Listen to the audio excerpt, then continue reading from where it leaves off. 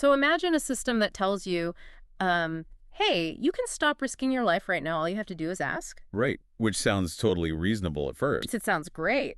But the catch is that the very act of asking proves you are way too sane to be allowed to stop. Yeah, and there it is, the trap. Exactly. So today we are doing a deep dive into, honestly, the most terrifying, brilliant bureaucratic trap ever written. We're looking at the opening chapters of Joseph Heller's classic novel, Catch-22.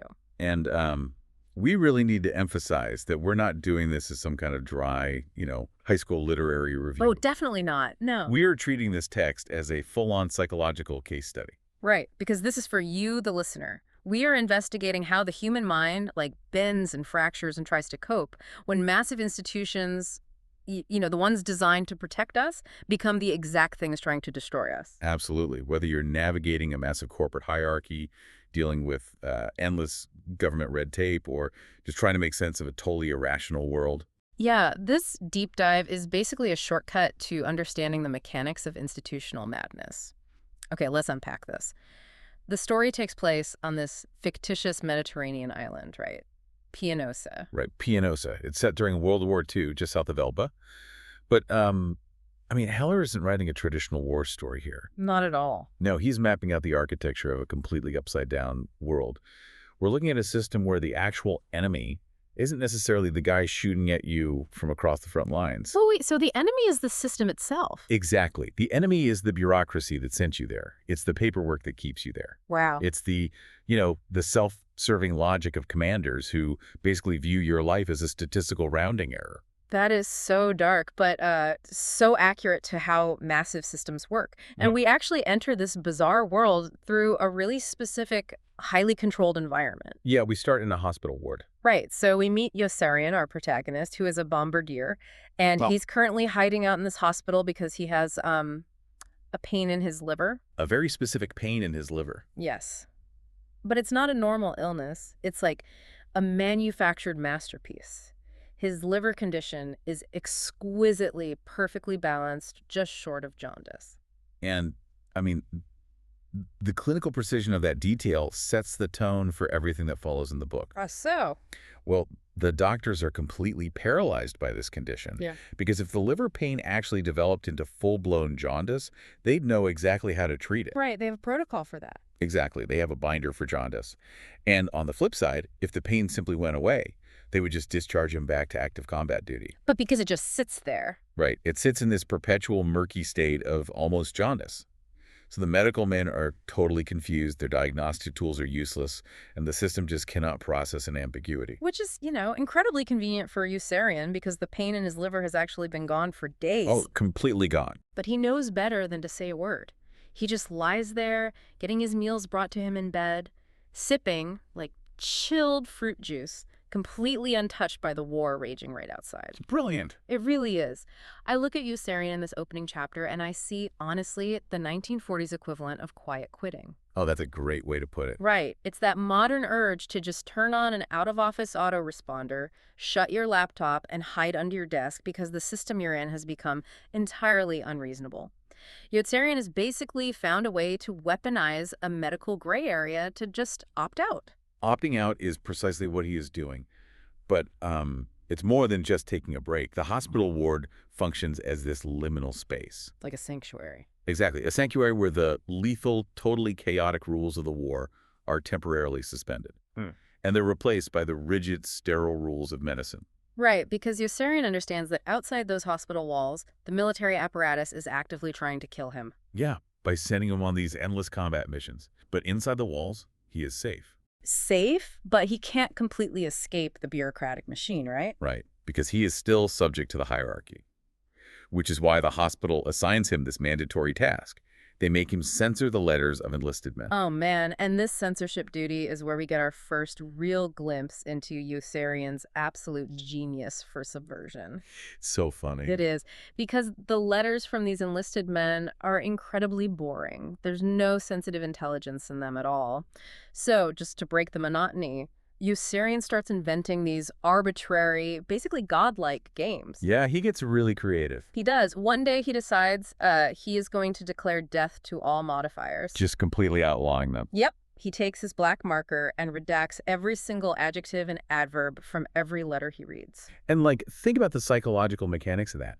He is systematically stripping all emotion, nuance, and descriptive flavor from the communications of hundreds of men he has never even met. And he doesn't stop there. The next day, he makes war on articles. But my absolute favorite escalation is when he decides to black out literally everything in the letters except the words a, n, and the. It's so absurd. He basically creates these bizarre minimalist ransom notes, claiming it leaves a more universal message. He even starts obliterating whole addresses on the envelopes. Annihilating entire metropolises with a careless flick of his wrist. Exactly.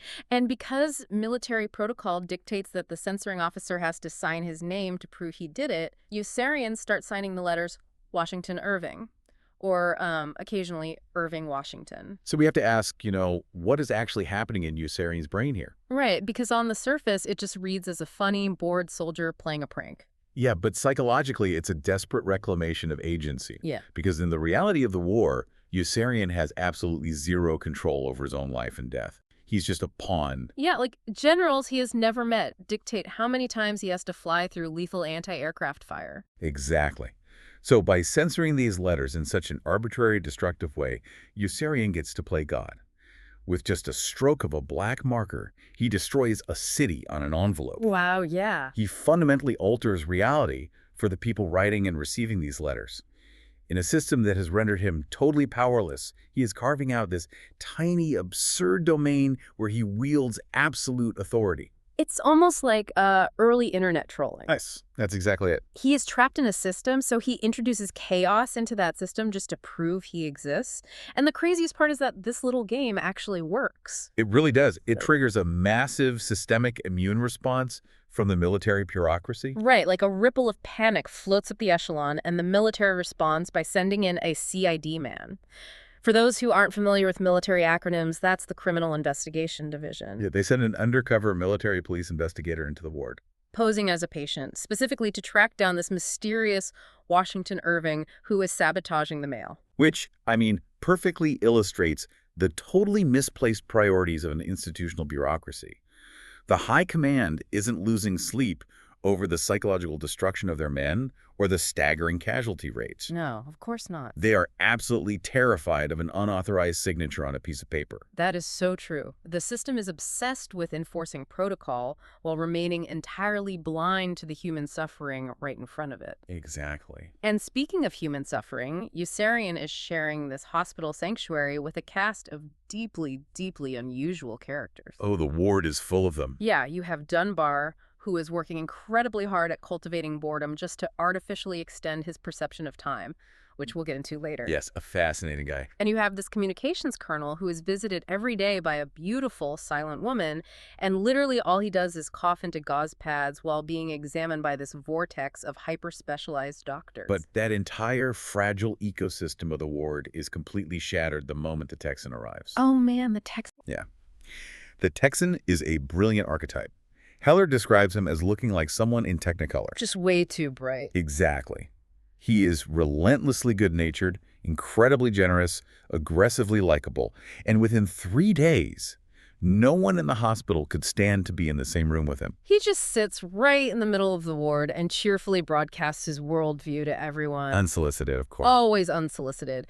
He feels, from this really deep place of patriotism, that people of means, the decent folk, should be given more votes than drifters, criminals, and atheists. Right. He believes in the hot dog, the Brooklyn Dodgers, and mom's apple pie. And he sends these violent shudders of annoyance up everyone's spine. But okay, I have to challenge this narrative for a second. Okay, let's hear it. Looking at the Texan objectively, is he actually a bad guy? Or is his relentless, upbeat, patriotic nonsense simply the most offensive thing you could possibly introduce into a room full of traumatized combat veterans who are actively trying to hide from a patriotic war? It's entirely the latter. And that distinction is crucial. The Texan is not malicious, but he is a true believer. Right, he bought into it. Totally. He has completely internalized the propaganda of the war. To men like Yossarian and Dunbar, who have seen the war for what it actually is, an irrational, bloody meat grinder that commodifies human life, The Texans' cheerful patriotism is violently offensive.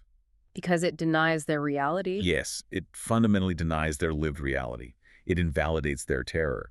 By bringing the bright, shining propaganda of the outside world directly into their dark little sanctuary, he becomes an existential threat to their coping mechanisms. Wow. And the men literally flee from him. They do. The artillery captain breaks first, then Yossarian, Dunbar, and the fighter captain all bolt back to active duty. The Texan is so profoundly annoying that he literally cures them of their fake illnesses. Everybody flees except the CID man who actually catches pneumonia and the soldier in white. Ah, the soldier in white. We need to spend some time on this because this is one of the most haunting, disturbing images I've ever encountered in literature. It really is a masterclass in depicting total systemic dehumanization. Yeah. Describe him for the listeners. So the soldier in white is a patient who is entirely encased from head to toe in plaster and gauze. Literally head to toe. Yes, he has 2 useless legs and 2 useless arms that are anchored up in the air by heavy lead weights. Sewn into the insides of both of his elbows are these zippered lips, where he is fed a clear fluid from a jar. Ah. And then the zinc pipe rises directly from his groin to carry waste down into a stopper jar on the floor. It's just like the sheer mechanical efficiency of it that is so horrifying. The nurses don't even interact with him as a person. Not at all. Like when the waste jar on the floor is full and the nutrient jar feeding his elbow is empty, the nurses simply switch the jars. Right, the fluid just goes in and out in a perfectly closed loop. The only indication that there is a human being inside this plaster cocoon is a frayed black hole resting over his mouth. We have to look at how this maps to the broader systems we live in today, because the soldier in white is the ultimate realization of what the military-industrial complex, or frankly, any massive metric-driven system, wants to do to the individual. Make them invisible. Make them compliant. Inside that plaster, he is no longer a human being with fears, desires, or a voice. He has been reduced entirely to an input-output mechanism. Just jars. Exactly. He has no agency. He is exactly what a massive bureaucracy wants an employee or a soldier to be. Just a silent, smoothly functioning component of a larger machine, completely stripped of any messy humanity. It's like looking at a precursor to a modern algorithmic system. Like, as long as the inputs and outputs balance on the spreadsheet, the system doesn't care that there is a human being trapped inside. Precisely. And he is so thoroughly invisible to the medical staff that when he eventually dies, it is discovered completely by accident. Yeah. Oh my gosh, yes.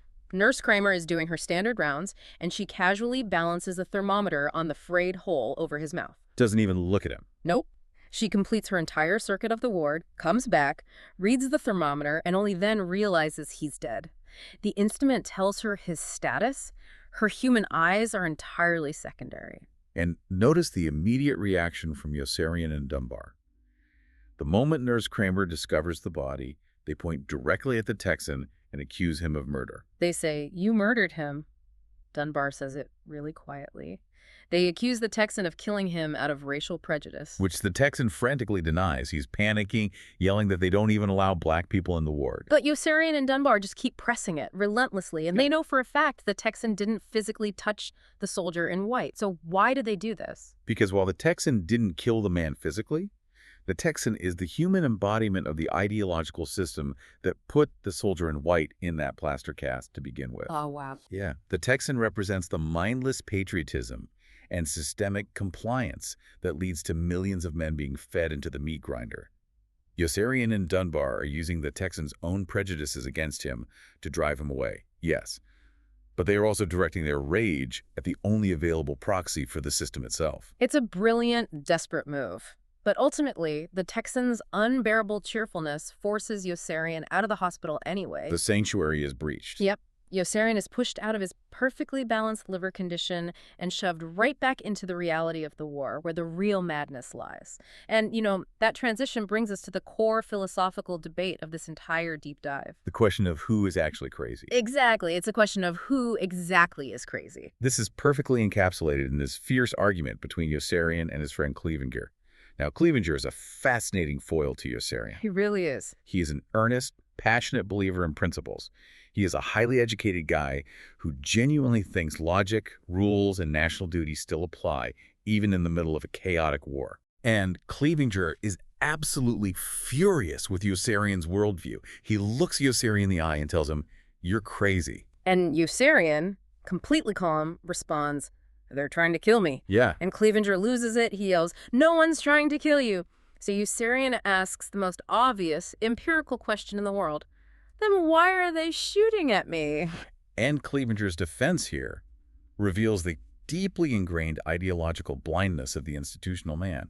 He argues they're shooting at everyone. They're trying to kill everyone.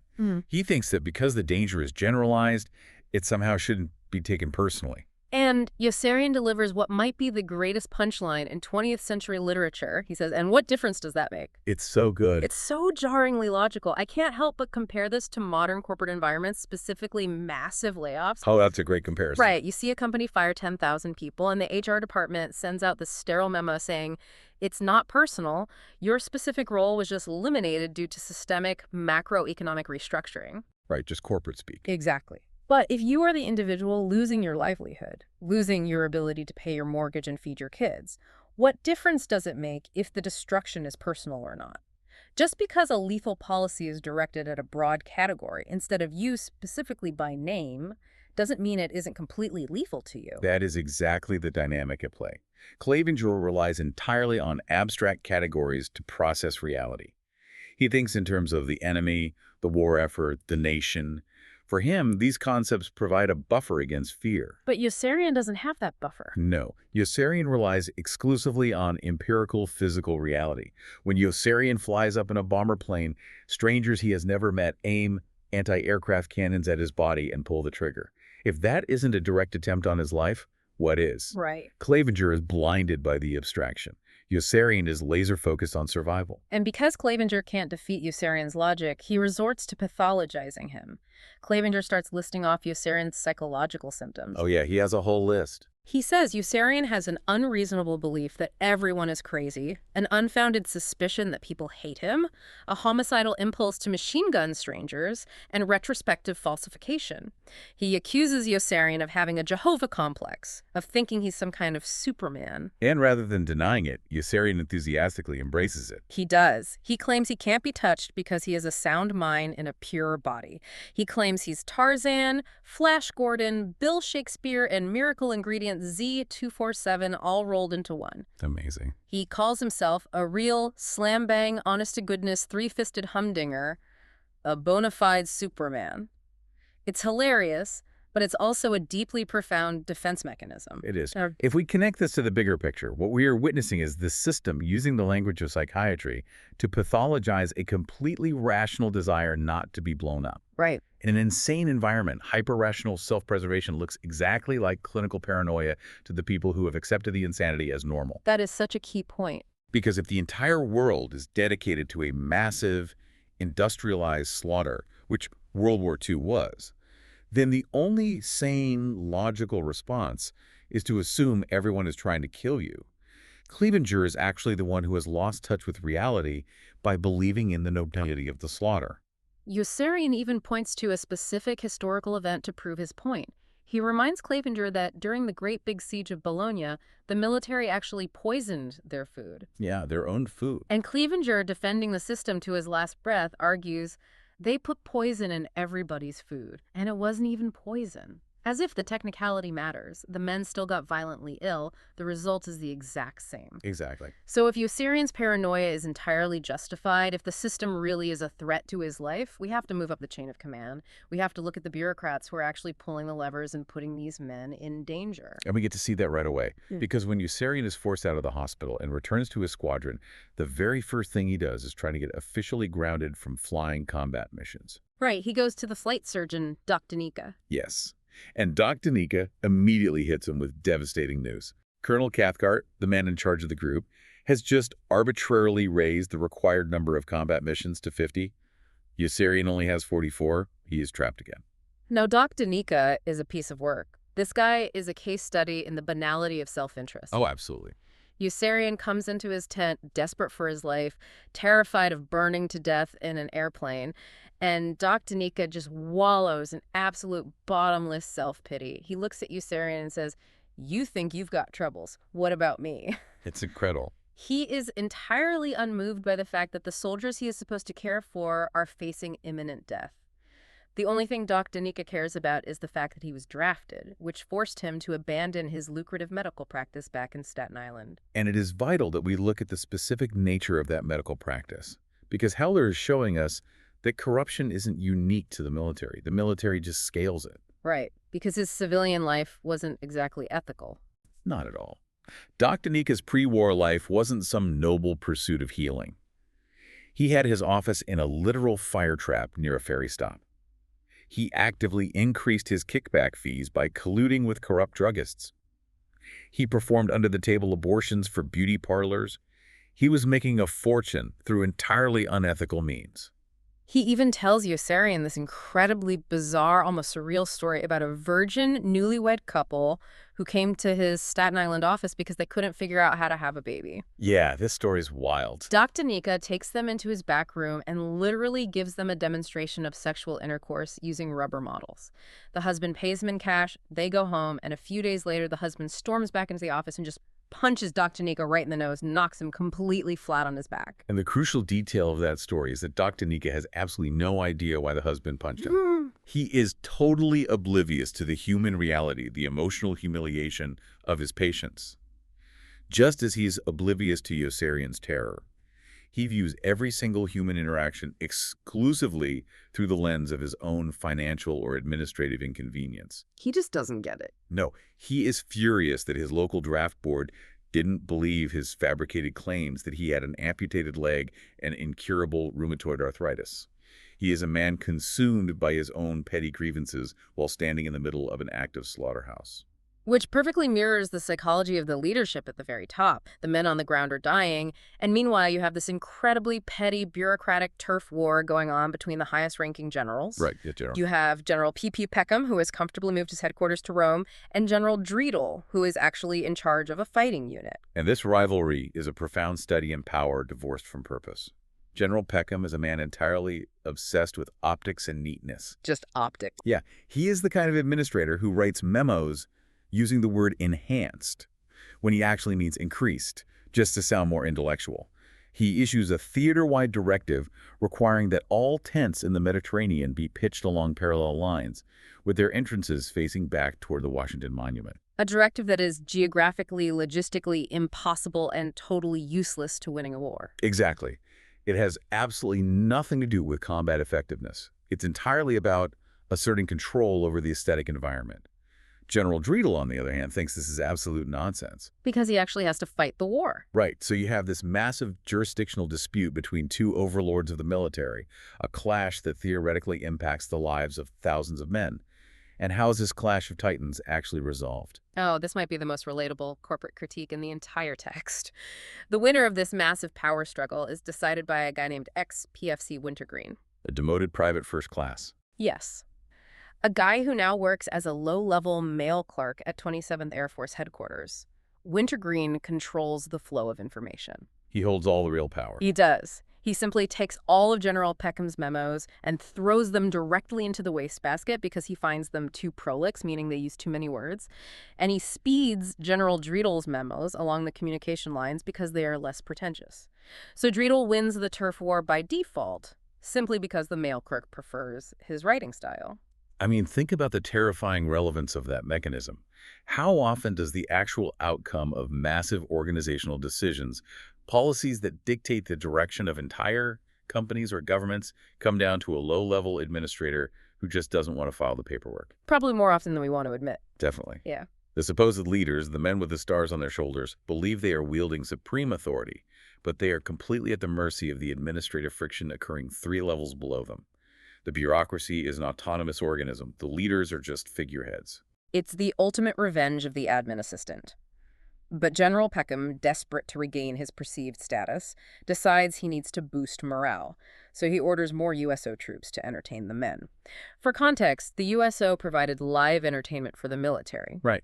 And Peckham assigns this critical task to Colonel Cargill, his personal troubleshooter. Oh, Colonel Cargill is one of Heller's most magnificent satirical creations. Yeah. He is a corporate executive who is so remarkably consistently bad at his job that major firms actively hired him specifically to establish tax losses. He's a professional failure. Yes, he is a dependable, high-priced contractor for a fast tax write-off. He knows how to mismanage a prosperous enterprise straight into the ground with total reliability. The text says he is a self-made man who owes his lack of success to nobody, and he brings this sheer genius or ineptitude directly into his military command. He gives this wildly uninspiring, deeply confusing speech to the officers, trying to force them to voluntarily attend an accordion show. He stands up there and says, "That girl that wants to play the accordion for you today is old enough to be a mother. How would you feel if your own mother traveled over 3,000 miles to play the accordion for troops that didn't want to watch her?" He literally orders them to voluntarily have a good time. It's a paradox of command. And it's within this precise vacuum of competent leadership that we get the brilliant T.S. Eliot gag. This sequence perfectly highlights the complete intellectual and structural emptiness of the high command. Let's trace the phone calls on this, because it's like an accidental reply-all email chain in a Fortune 500 company that accidentally exposes that none of the vice presidents know what the company actually does. That's a perfect analogy. So Colonel Cargill circulates a memo to the troops saying that anyone can make money, but poets don't. He rhetorically asks, "Name one poet who makes money." And Wintergreen, the mail clerk, reads this, picks up the phone in his cubicle, calls Colonel Cargill, says the name T.S. Eliot, and immediately hangs up. And Cargill is completely perplexed. He doesn't know who T.S. Eliot is, so he reports it to General Peckham. And Peckham also has no idea what it means. Right, because he exists in a state of constant paranoia regarding his rival. Peckham assumes it must be a new, highly classified military code, perhaps originating from General Dreedel. So Peckham calls Dreedel's aide, Colonel Moodus, says T.S. Eliot, and hangs up. And then Dreedel gets the message, curls his lips with wicked pleasure, assuming Peckham is trying to intimidate him, and tells his own aide to call Peckham back and do the exact same thing. This cascade of phone calls triggers a massive systemic wave of paranoia among the generals, all because a mail clerk dropped the name of a modernist poet. It is so funny, but it proves how incredibly fragile their authority really is. Absolutely. They are terrified of anything they don't explicitly understand because they suspect everyone else is as corrupt and conniving as they are. Okay, here's where it gets really interesting. Because the leadership is this incompetent, and because the system is designed as a trap where the required mission count constantly rises, the men on the ground, the ones actually flying the planes, are subjected to immense, unyielding psychological pressure. The human brain cannot operate in a state of perpetual mortal terror without fracturing. To survive it, the men develop intensely bizarre, highly individualized coping mechanisms. I want to spend some time on this because this is where the psychology gets really complex. Let's look at Yossarian's tent mate, Orr. Oh, Orr is fascinating. He is. Orr is described as this grinning pygmy of a man with thick, wavy hair, and he is completely obsessed with tinkering. When Yossarian comes back to the tent from the hospital, Orr is sitting there endlessly taking apart and reassembling a small stove valve. Just meticulously spreading out the tiny pieces, counting them, putting them back together, and then immediately taking them apart again. But the tinkering isn't even the weirdest part of his personality. Not at all. The defining characteristic of Orr is his bizarre childhood pursuit of big cheeks. He casually mentions to Yossarian that when he was a kid, he walked around all day with crab apples stuffed into his cheeks. And when he couldn't find crab apples, he used horse chestnuts. And Yossarian is practically losing his mind trying to figure out the logic behind this. He asks Orr, "Why did you want apple cheeks?" And Orr, with absolute sincerity, replies, "I didn't want apple cheeks, I wanted big cheeks." Like it's the most obvious thing in the world. Exactly. He treated it like bodybuilding for his facial structure. But then he reveals the kicker. While he had the crab apples in his cheeks, he also walked around holding rubber balls in his hands. Why? To protect his reputation. It makes perfect sense to him. He explains that if anyone asked why he had crab apples in his cheeks, he could open his hands and say, "I have rubber balls in my hands, not crab apples in my cheeks." It is an entirely flawless, completely insane piece of internal logic. But we have to look past the humor to understand the method to Orr's madness. We also learn about this deeply disturbing incident in Rome, where a tall, stunning prostitute beats Orr over the head with the spiked heel of her shoe for 15 or 20 minutes straight. Oh, yeah. She is shrieking, jumping in the air, landing massive bloody blows to his head.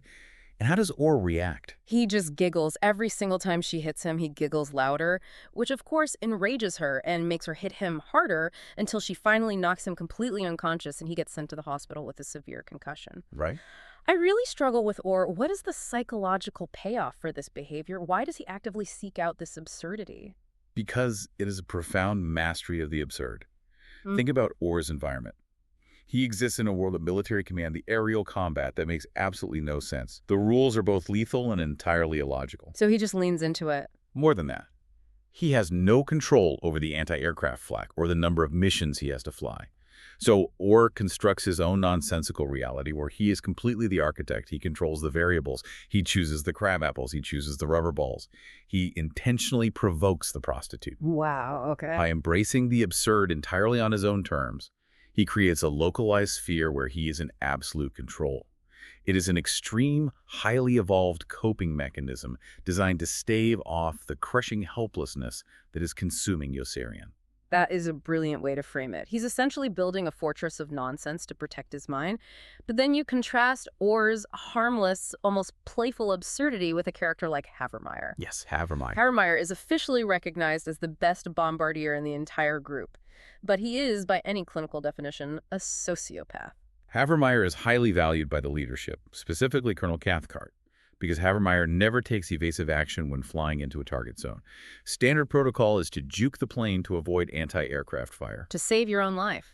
Right, but Havermeyer flies straight and level, completely rigid, all the way from the initial point to the target and even past it, just so he can get a perfect, uninterrupted view of the bombs exploding. He holds the lives of the men in 6 different planes completely hostage. They are sitting ducks, flying right through a wall of German flak, just so Havermeyer can get a good look at the destruction he's causing. Exactly. He gives the German gunners all the time in the world to aim and fire.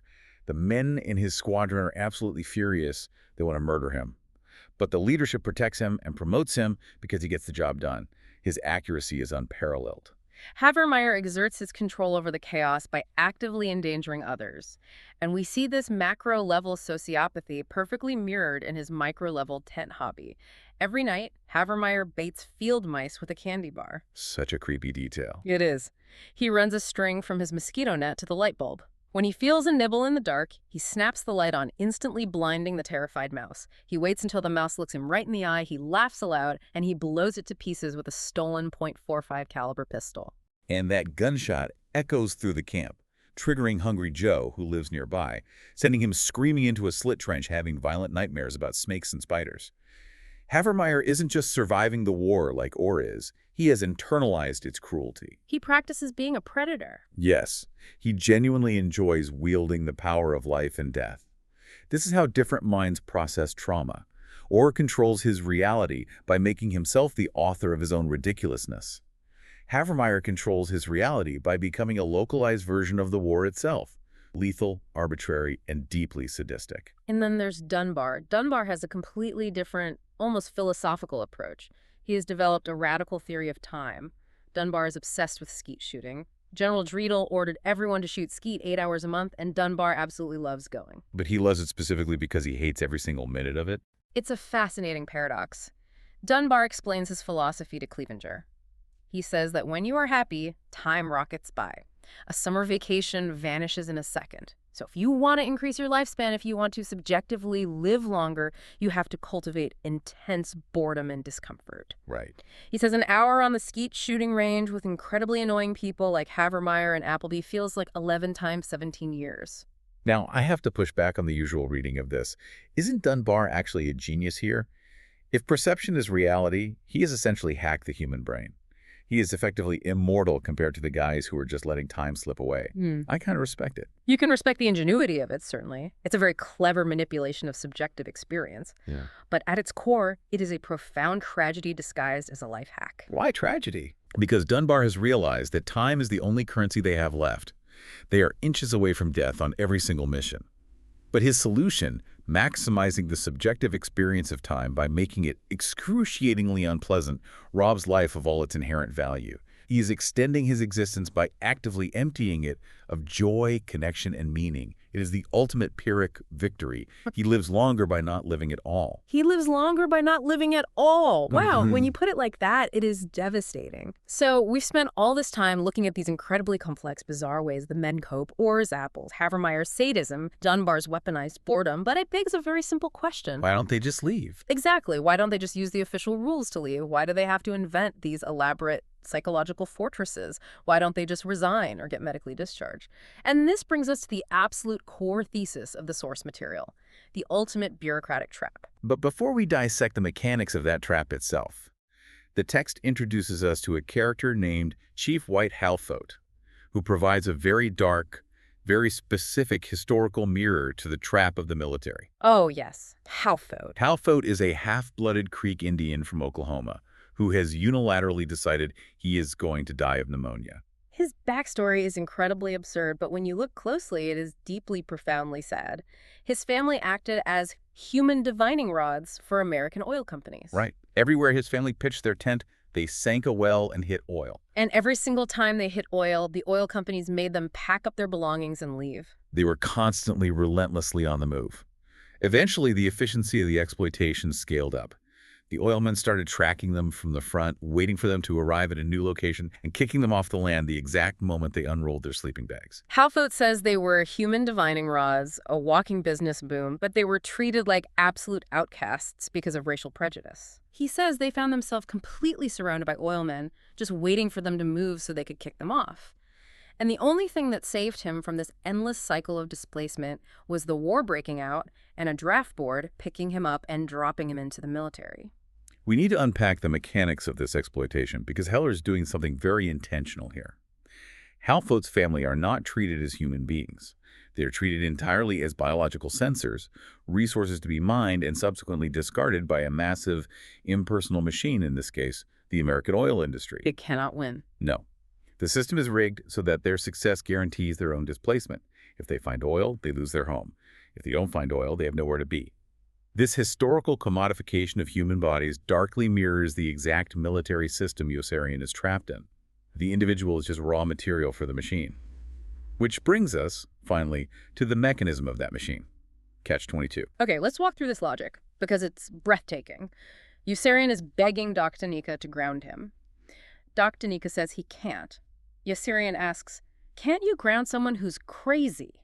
And Doc Danica says, "Oh, sure. I have to. There's a rule saying I have to ground anyone who's crazy." So Yossarian thinks he has found the loophole. He says, "Then ground me. I'm crazy."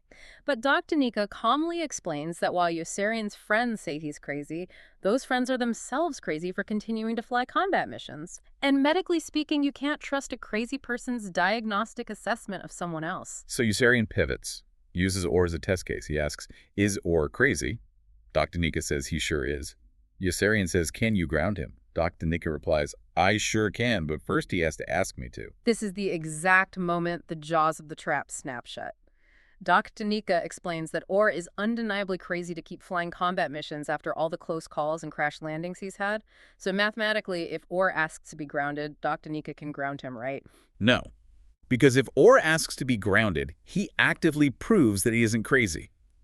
Doc Danica delivers the fatal blow.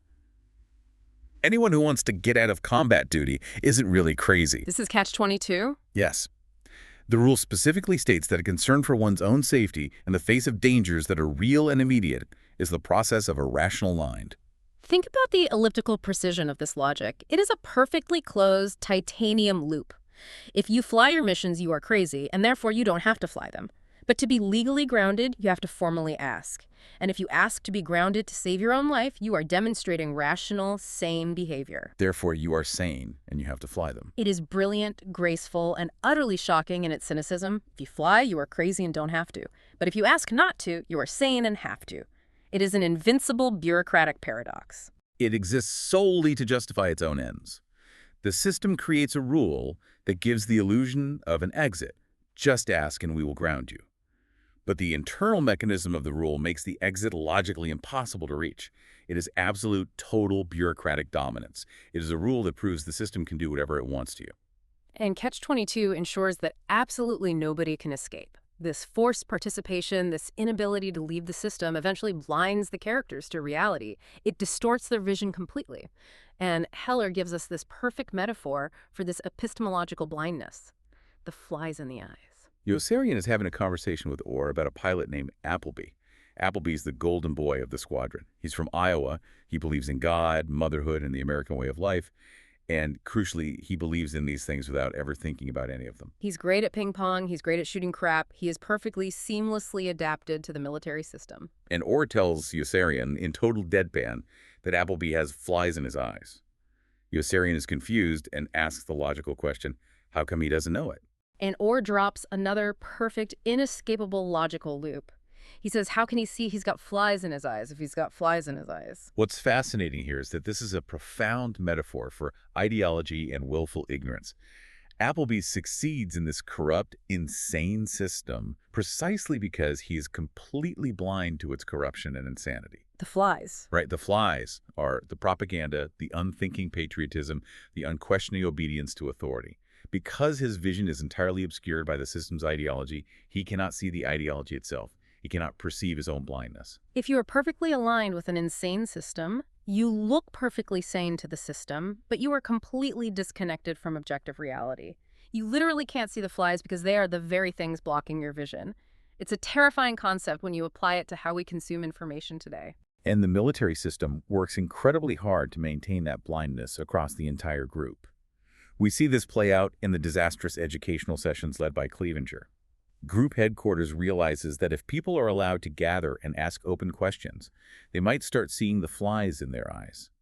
They might start perceiving the reality of their situation. Yossarian starts attending these sessions for one specific reason. He just wants to find out why people are trying to kill him.